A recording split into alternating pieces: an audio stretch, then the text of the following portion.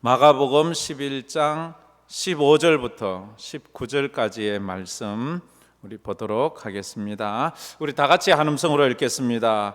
그들이 예루살렘에 들어가니라.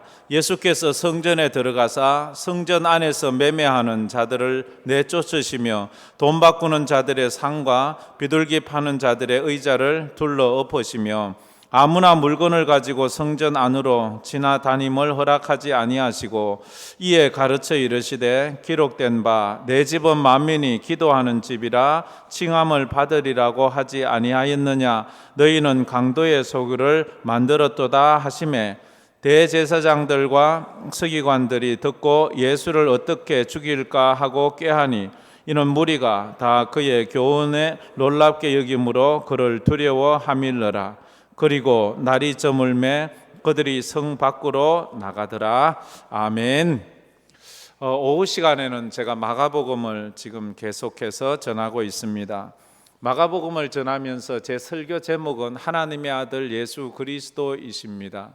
그렇기 때문에 이 마가복음은 예수님에 대한 이야기죠. 성경이 전부 다 예수님에 대한 이야기이지만 특별히 마가복음은 더욱더 그러합니다.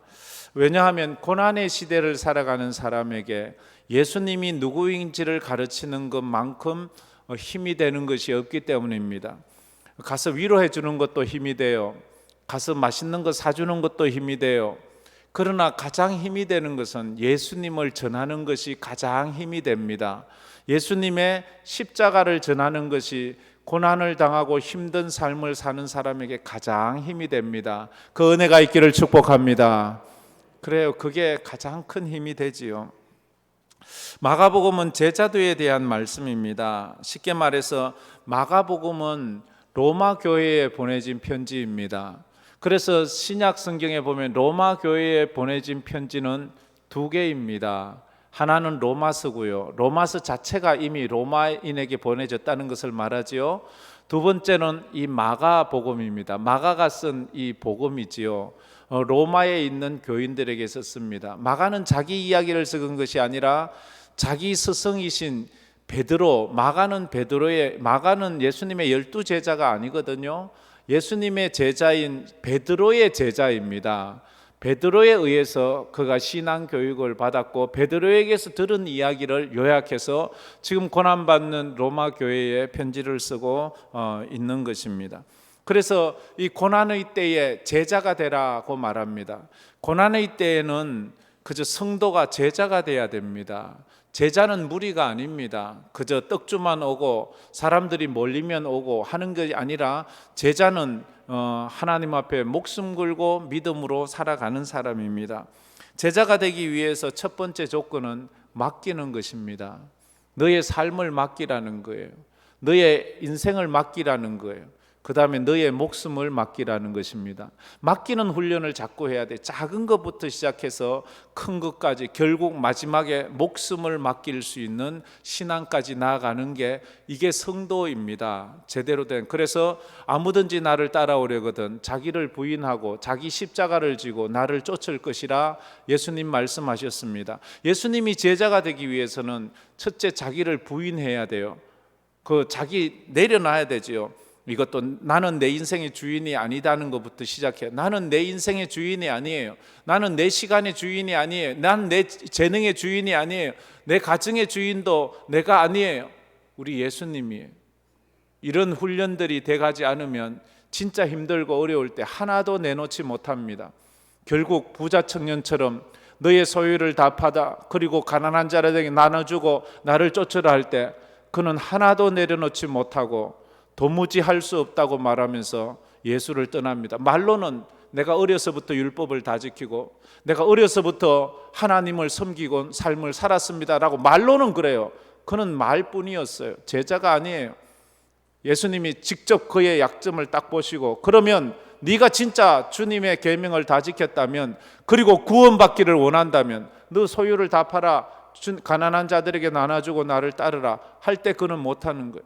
우리에게 만약 그런 주님의 도전적 말씀이 있다면 그러나 지금부터 훈련을 해야 돼요. 나는 내 시간을 주님 앞에 드릴 수 있나? 나는 내 재능을 주님 앞에 드릴 수 있나? 나는 내 삶을 주님 앞에 드릴 수 있나? 나는 내 가정을 주님 앞에 드릴 수 있나? 나는 내 인생을, 내 생명을 주님 앞에 드릴 수 있나? 이 묻는 질문, 예, 제가 그렇게 하겠습니다 라고 해야지요. 그렇지 않으면 제자가 될 수가 없습니다. 이제 예수님 인생의 마지막 한 주간이 시작되었습니다. 예수님이 예루살렘 입성을 하셨습니다. 한 번도 타보지 않은 나귀 새끼를 타고 올라갈 때 제자들은 예수님이 예루살렘에 올라오는 것을 보고 열광을 했습니다. 예수님께서 예루살렘에서 정치적 왕이 될 것 같거든요.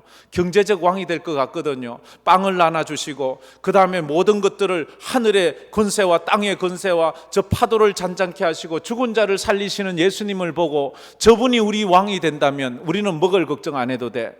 저분이 우리의 왕이 된다면 더 이상 저 로마인들에게 세금 안 내도 돼. 다 내쫓을 거야. 저분이 우리의 왕이 된다면 우리는 병에 걸리지도 않을 거야. 저분은 우리를 먹이고 입히고 지키고 보호해 주실 분이기 때문에 그런 사람을 꿈꾸면서 예수님을 환영했습니다. 그런 사람을 꿈꿀 때 우리는 조심해야 합니다.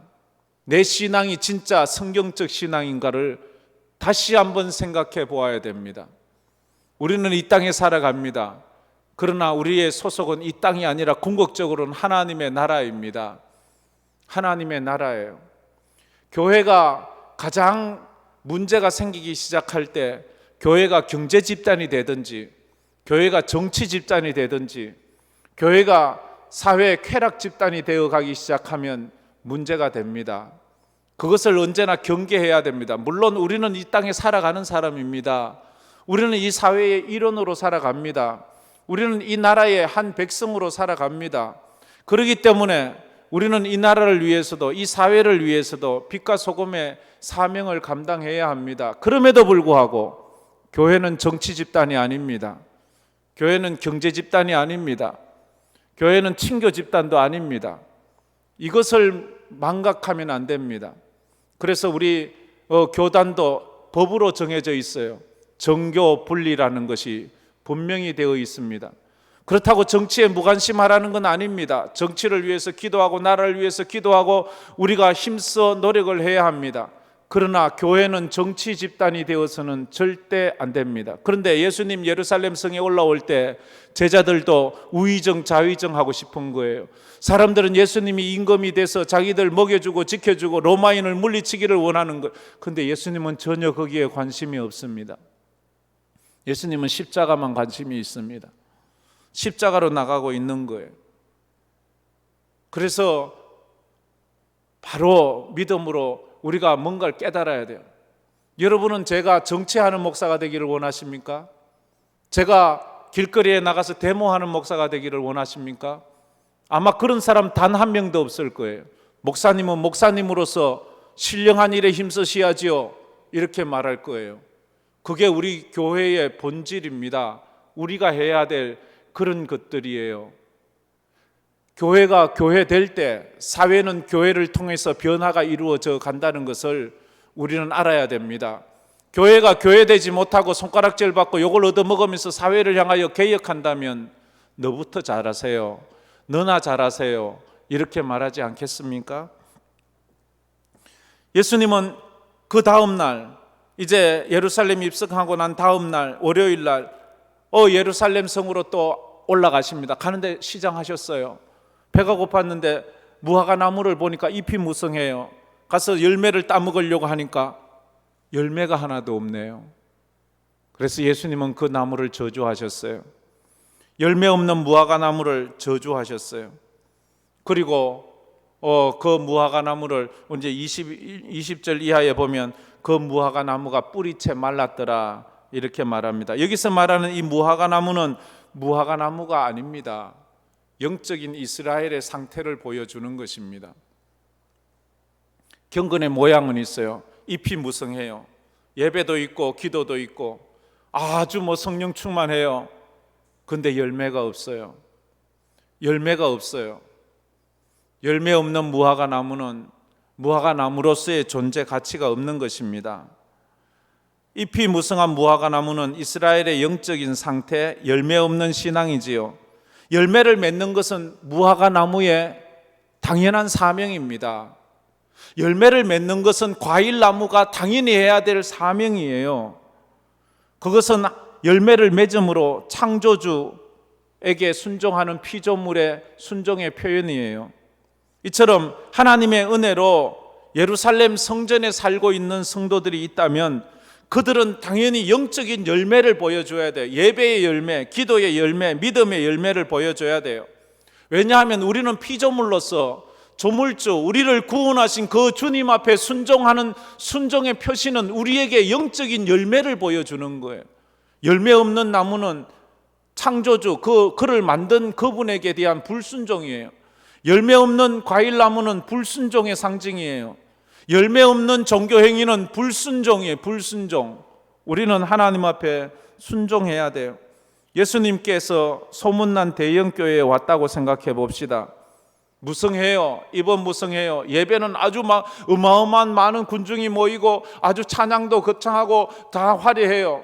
그런데 열매가 없다면 예수님은 그 예루살렘 성전을 향하여 꾸중하셨듯이 그렇게 꾸중하실 돌 위에 돌 하나 남기지 않을 것이다. 그렇게 말할 거예요. 예수님은 자신의 능력을 늘 살리는 데 사용하셨어요. 예수님은 늘 그가 가진 신성을 회복하고 또 고치고 사람들을 축복하는 데 사용하셨어요. 그런데 유일하게 파괴적으로 사용한 것은 이때예요. 이 열매 없는 무화과 나무를 향하여 저주하시고 그 무화과 나무가 말라 죽게 만든 것입니다. 그 다음 날 우리가 20절, 21절 우리 읽지는 않았는데 20절, 21절 한번 다 같이 읽었으면 좋겠어요. 저 앞에 있죠. 자, 다 같이 한번 읽어봅시다. 그들이 아침에 지나갈 때에 무화과 나무가 뿌리채 마른 것을 보고 베드로가 생각이 나서 여짜오되 라삐여 보소서 저주하신 무화과 나무가 말랐나이다 라고 말해요. 뿌리채 말랐어요. 이 무화과 나무는 무화과 나무를 상징하는 것이 아니라 이스라엘을 상징하는 거예요. 열매 없는 이스라엘을 향하여 무화과 나무를 꾸중하듯 꾸중하셨어요. 역사적으로 이스라엘이 어떻게 됩니까?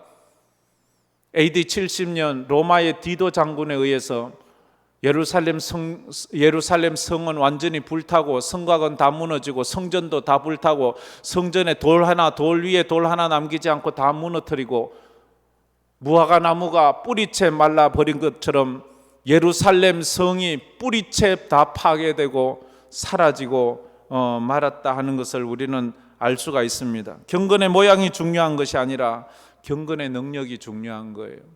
우리가 하나님 앞에 정말로 우리의 모습을 다시 한번 돌아볼 수 있었으면 좋겠습니다. 형식적 신앙으로는 하나님을 기쁘시게 할 수 없습니다. 오전에 말했다시피 가지치기를 잘해야 돼요. 내려놓음이 잘 돼야 돼요. 나는 나의 약점을 잘 알 수가 있습니다. 자기가 자기를 모를 수도 있지만 의외로 자기가 자기를 잘 압니다. 나는 좀 열등감이 있어. 나는 좀 부정적이야. 나는 좀 비판적이야. 자기가 자기를 알 수가 있습니다. 그렇다면 가지치기를 하세요. 가지치기를 하세요. 그래서 자기의 그 모난 부분을 자꾸 정으로 찍어서 부드럽게 만드세요. 그렇게 돼 가야 하는 것입니다. 뻔히 알면서도 그것을 고치지 않으면 안 된다 하는 것입니다. 무화과 나무에 내린 저주는 그 시대를 향한 예수님의 그 책망이라고 할 수 있습니다. 당시 종교인들의 그 실상의 모습을 또 오늘 또 하나로 묘사를 하고 있습니다. 이 15절 말씀인데 15절 말씀, 이 종교인들 교회 모이는 사람들의 모습을 15절에 이렇게 말하죠. 우리 다 같이 한번 읽겠습니다. 그들이 예루살렘에 들어가니 예수께서 성전에 들어가사 성전 안에서 매매하는 자들을 내쫓으시며 돈 바꾸는 자들의 상과 비둘기 파는 자들의 의자를 둘러 엎으시며. 예수님이 예루살렘 성전에 들어갔어요. 저것만 보세요. 저게 성전입니까? 시장입니까? 그냥 읽으면 저 성전의 모습, 성전에 들어가면 뭐가 있어야 돼? 예배가 있고 찬양이 있고 기도가. 저기에는 예수님이 예루살렘 성전에 들어갔는데 매매하는 자들이 가득하고 돈 바꾸는 자들이 가득하고 비둘기 파는, 이 완전 시장 바닥이 돼버린, 교회가 교회답지 못한, 교회가 교회다워야 되거든요. 교회 들어오면 교회다움이 있어야 되잖아요. 그건 우리가 뭐 믿음이 있든 없든 예수 믿은 지 오래됐든 적게 됐든 간에 교회는 이런 곳이 교회가 아닌가 하는 그런 이미지는 누구에게나 다 있거든요. 교회 와서 다툼이 있어서는 안 되잖아요. 교회 와서 뭐 그냥 개인적인 친교 모임을 해서는 안 되잖아요. 물론 그런 활동은 있어야, 교제는 있어야 되지만, 그러나 지금 예수님이 들어간 예루살렘에는 그런 것이 없었어요. 매매하는 자들이 있는데 두 종류예요. 돈 바꾸는 자들과 비둘기와 짐승을 파는 자들이었어요. 돈 바꾸는 자들은 왜 돈을 바꾸고 있나요? 성전세를 내기 위해서 돈을 바꾸는 거예요. 당시의 사회에서 통용되는 돈은 로마 화폐예요. 로마 화폐는 지금도 화폐에 보면 전부 다 위인들의 그 사진이나 초상화가 그려져 있잖아요. 동전도 그렇고 화폐도 지폐도 그렇고 우리 한국 돈도 그렇고 달러도 그렇고 다른 외국인들도 다 거의 대부분의 돈에는 사람의 얼굴이 그려져 있어요. 2000년 전 예수님 시대에도 그 동전에 로마 황제의 얼굴이 그려져 있어요. 그래서 성전에서는 황제의 얼굴이 그려져 있는 그거를 하나님 앞에 드릴 수 없다고, 그 돈은 안 되니까 성전에서 만든 성전의 돈으로 환전을 하라. 그 환전할 때 환전 비용을 수수료를 또 받았습니다. 그래서 돈 바꾸는 자들이 지금 그 황제의 얼굴을 가지고 있는 로마의 화폐를 성전의 화폐로 바꾸어 만 20세 이상 된 남자는 반세겔씩 내야 되는 성전세가 있습니다. 반세겔은 노동자의 하루치 품삯입니다. 노동자의 하루치 품삯이면 적은 돈이 아닙니다. 그 한두 명도 내는 게 아니라 어마어마하게 많은 사람들이 성전에 와서 하루치 인건비를 내고 성전에 들어갈 수 있는 거예요. 그러면서도 수수료를 또 내야 되는 거예요. 이건 누구도 예외가 없습니다. 그래서 이 환전하는데 막 돈 소리가 쩔렁쩔렁 나는 거예요. 지금 여기서는 예배 소리가 나고 여기서 하나님을 찬양하는 소리가 나야 되는데 돈 바꾸는 소리가 나는 거예요. 그 다음에 또 하나는 뭐예요? 비둘기와 짐승을 파는 자들의 소리가 나는 거예요. 왜 비둘기와 비둘기는 일반적으로 가난한 사람들이 많이 하는 것이고 작은 제사에 대해서 드리는 제물인데 그 외에도 양도 있고 염소도 있고 소도 있지 않았겠습니까? 먼 거리에서 순례를 먼 지역에서 온 사람이 자기 집에서 처음에는 양도 데리고 오고 소도 데리고 오고 염소도 오다 보니까 먹이도 제대로 못 주고 먼 길을 오다 보니까 상처도 나고 이러다 보면 이 제물로서의 불합격을 받는 거예요. 그래서 사람들이 이제는 시간이 지나면서 예루살렘 시장에 와서 짐승을 사서 그걸 드리기 시작했습니다. 근데 제사장들이 이거 보니까 이 이문이 많이 남거든요. 그래서 그 제사에 드리는 짐승의 합격과 불합격 여부를 누가 심사하는가 하면 제사장들이에요. 제사장들이 그래서 이렇게 뒤로 돈 주고 그 상점, 짐승을 파는 상점을 낸 사람의 그 짐승만 통과시키고 자기 허락 없이 하는 사람의 짐승은 허락시키지 않는 거예요. 그러다 보니까 짐승 파는 사람들이 전부 다 그 제사장들에게 이 뇌물을 바치는 거예요. 그다음 이 시간이 지나면서 점점 이 짐승 파는 것이 예루살렘 성 가까이 올수록 자기들이 유리한 거예요.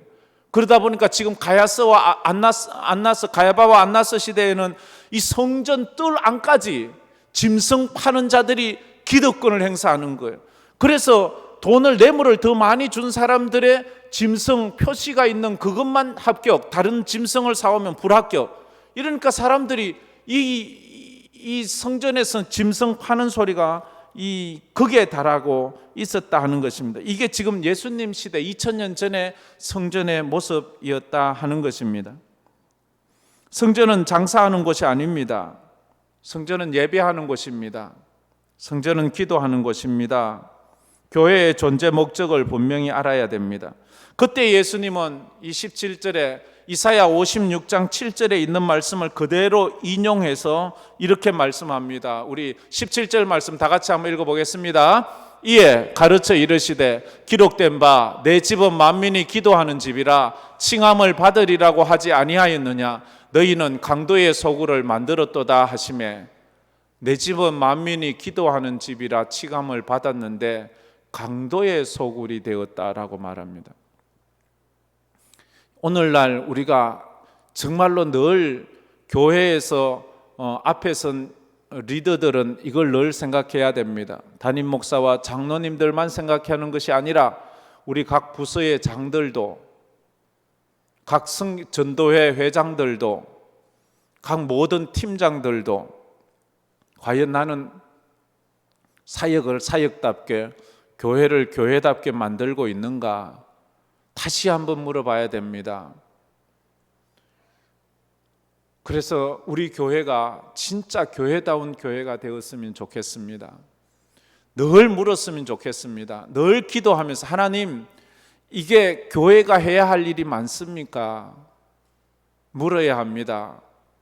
우리가 그냥 우리 편리만을 위해서 교회를 운영해 가서는 절대로 안 됩니다.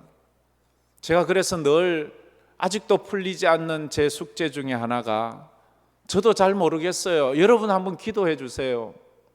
저 비전센터를 어떻게 해야 하나님이 기뻐하시는 곳으로 사용할 수 있을까요? 우리가 한번 도전해 봐야 합니다. 우리가 저거 비즈니스를 위해서 산 건물이 아니잖아요. 저거를 우리가 비전센터란 이름을 붙인 것은 교회의 비전을 위해서 사용하기 위해서 우리가 구입한 거 아닙니까? 그런데 과연 우리가 얼마나 황금교회가 하나님의 비전을 위해서 저 건물을 잘 사용하고 있습니까? 우리 교회에 있는 모든 부서가 그렇습니까? 우리 교회의 차량이 그렇게 사용되고 있습니까? 우리는 그냥 우리만을 위한, 우리 편리를 위한 건물로 쓰고 있지는 않습니까? 정말로 이것을 하나님이 기뻐하시는 곳으로 쓰시냐는 거예요. 이게 과연 빛과 소금의 건물입니까? 이거 진짜 우리가 한번 처절하게 물어야 돼요. 하나님이 기뻐하시고 하나님이 오케이 하시면 여기에 하나님이 축복해 주실 거예요. 하나님이 하실 거예요. 한번 진짜 우리 하나님 살아계시잖아요. 믿습니까? 그렇다면 한번 하나님 기뻐하시는 일을 한번 도전해 봅시다. 이런 말은 사실 담임 목사로서 상당히 좀 조심스러운 말 중에 하나입니다.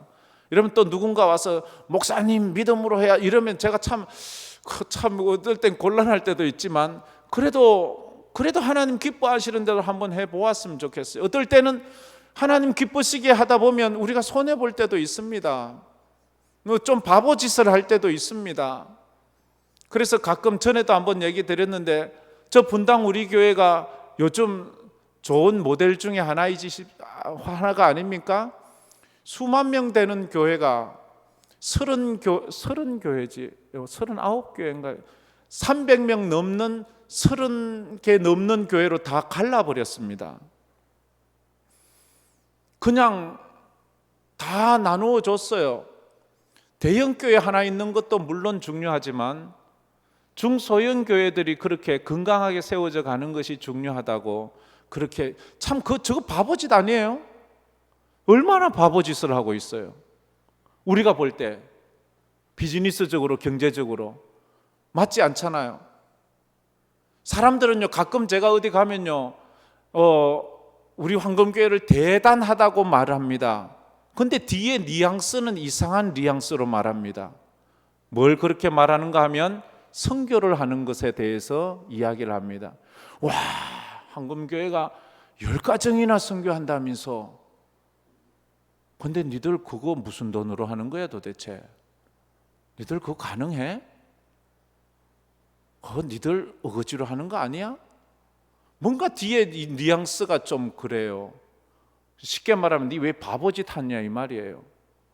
그 돈 가지고 니들 예배당이나 짓고 니들 교육시설이나 늘리고 니들 편하게 하면 뭐 니가 더 풍요롭고 여유 있게 할 텐데. 근데 저는 압니다.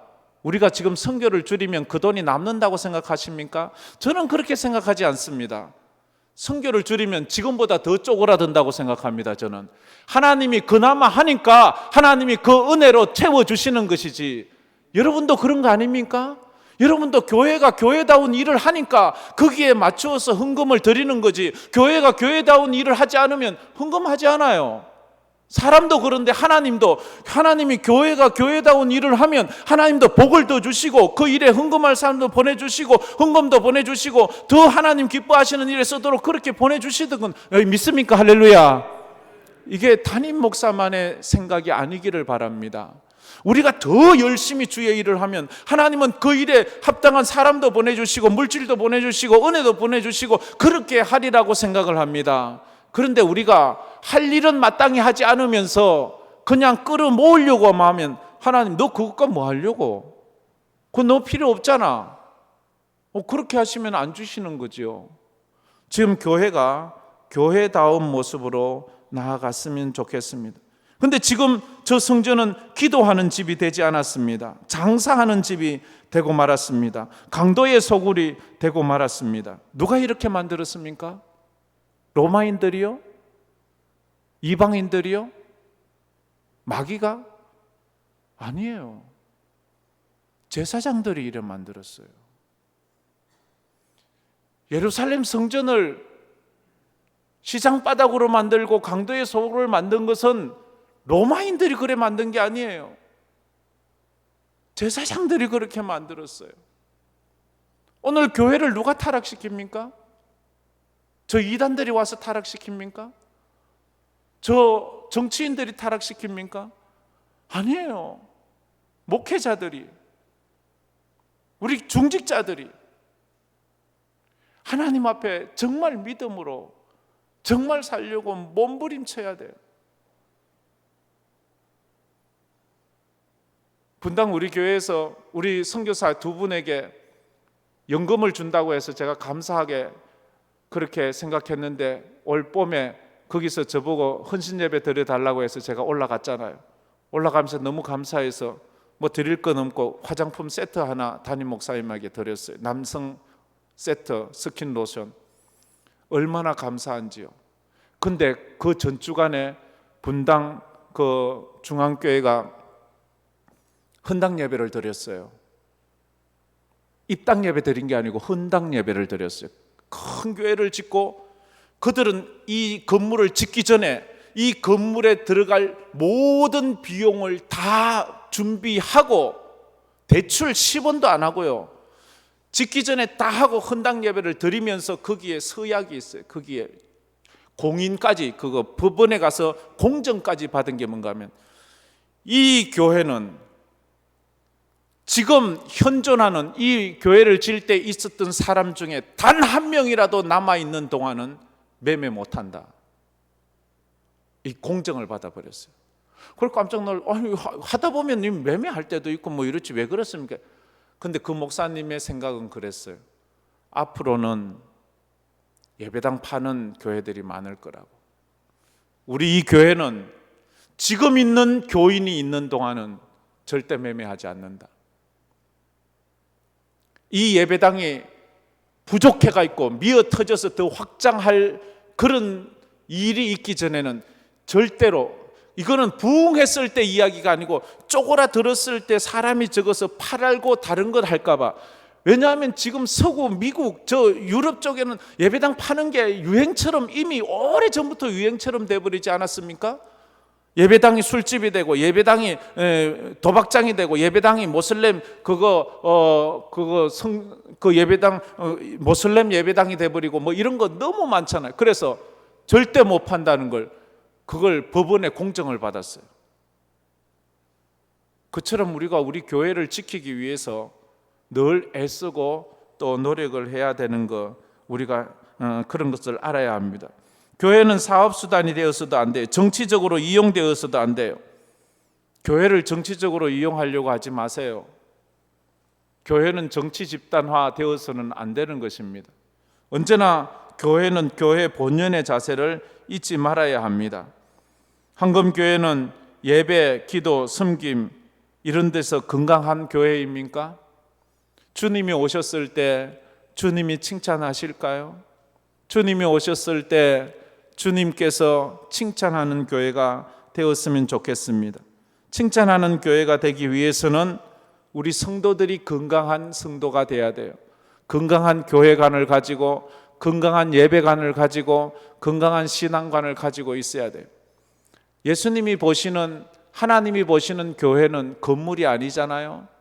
우리 각자의 마음의 성전을 보시는 거예요. 내 마음의 성전이 어떠냐? 나는 예배당에 예배하러 오나 비즈니스 하러 오나? 내 마음이 중요하지요. 내 마음이. 나는 예배당에 사람 만나러 오나 하나님을 예배하러 오나? 그걸 알아야 돼요. 밥 안 줘도 오시잖아요. 이게 믿음 아니에요? 코로나가 걸려도 오시잖아요. 마스크 하고라도 오시잖아요. 우리가 지금 계속해서 개혁에 대해서, 교회 또 변화에 대해서 지난주도 얘기하고, 제가 이 마가복음 이 책은 몇 달 동안 계속 그런 얘기를 지금 하고 있지 않습니까? 열매 없는 무화과 나무 이야기는 뭐예요? 있어야 할 열매가 없어서 저주하신 거예요. 경건의 모양은 있지만 경건의 능력이 없어요. 주님이 보는 건 경건의 능력이에요. 믿음의 능력이에요. 성전 청결한 이야기는 뭐예요? 없어야 할 것이 있는 교회를 책망하셨어요. 없어야 할 것이. 그래서 경건의 모양은 있지만 능력이 없어요. 오늘 주님께서 황금교회에 찾아오신다면 무엇라고 말하실지 우리가 한번 생각해 보아야 돼요. 마음의 성전에 열매가 있는가? 마음의 성전은 기도의 집인가? 내 마음은 예배의 집인가? 아니면 내 마음은 장사하는 시장 바닥인가? 강도의 소굴인가? 우리가 한번 하나님 앞에서 우리 자신을 다시 한번 돌아보는 그런 기회가 되었으면 좋겠습니다. 그리고 마무리하면서 우리가 지난주에 중직자 세미나를 가졌습니다. 저는 참 감사하게 생각을 합니다. 우리 중직자들께서 우리 다른 못 오신 분은 못 봤겠지만 그 나와서 조별로 6개조가 발표하는 그걸 들으면서 참 감사했고 참 감사했습니다. 하나님, 이제 저런 마음을 확인했으니 우리 중직자들의 마음은 정말로 모든 사람이 100%가 교회가 교회다운 교회, 성도가 성도다운 교회가 되기를 바라는 그런 마음이 있었습니다.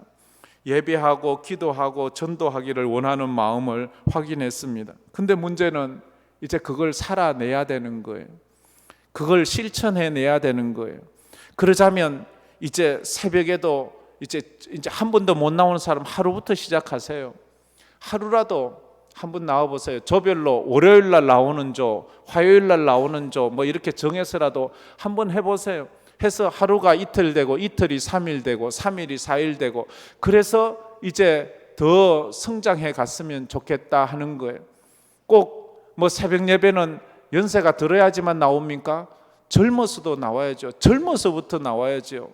그래야 됩니다. 특별히 지난해에 임직하신 분들 더 열심히 해야 돼요. 이제 시작하는 사람이 이제 다 이제 식어버린 것처럼 되면 그 지난해에 임직하신 분들 더 뜨겁게 주님 앞에 부르짖어 기도해 주셨으면 좋겠습니다. 담임 목사한테 잘 보일 생각하지 마십시오. 제가 여러분에게 아무것도 해줄 게 없습니다. 뭐 여러분들이 열심히 한다고 제가 뭘 하겠어요? 그냥 격려는 해드릴 수 있지만 제가 뭐 금덩어리를 드리겠어요? 뭘 하겠어요? 저한테 잘한다고 되는 게 아니고요. 하나님 앞에 잘하세요. 하나님이 잘하십니다. 장로님들에게 인정받을 장로님들이 뭘 해주겠어요? 그냥 격려나 해주지요. 그것으로 만족, 하나님께서 축복하시는 것을 믿고 그걸 열심히 했으면 좋겠어요. 그리고 또 하나, 먼저 되신 선배 임직자분들, 중직자분들 본을 보이세요.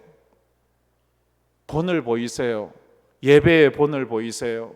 기도의 본을 보이세요. 섬김의 본을 보이세요. 드림의 본을 보이세요. 예수 이렇게 믿는 거지. 예수 이렇게 믿는 거야. 기도는 이렇게 하는 거야. 예배는 이렇게 드리는 것이지. 예수 이렇게 믿는 것이지. 그걸 한번 보여주세요. 그러면 바울처럼 나를 본받는 자 되라 이렇게 말할 수 있지 않겠습니까? 우리가 하나님 앞에서 이런 교회가 될 수 있다면, 이런 교회만 세울 수 있다면 이 대구에서, 아니 대한민국에서 가장 건강한 교회가 될 것이고 하나님께서 부어주시는 축복을 경험하게 될 거예요. 우리 교회 예배당이 적으면 이웃교회 성도들 복 주셔서 그들이 헌금하게 하지 않습니다. 우리 성도들 복 주셔서 우리 성도들이 헌금하게 하는데 그걸 감당할 수 있는 복을 주신다니까요. 건강을 주신다니까요. 지혜를 누구에게 줍니까? 우리에게 주잖아요. 왜? 우리 교회니까요.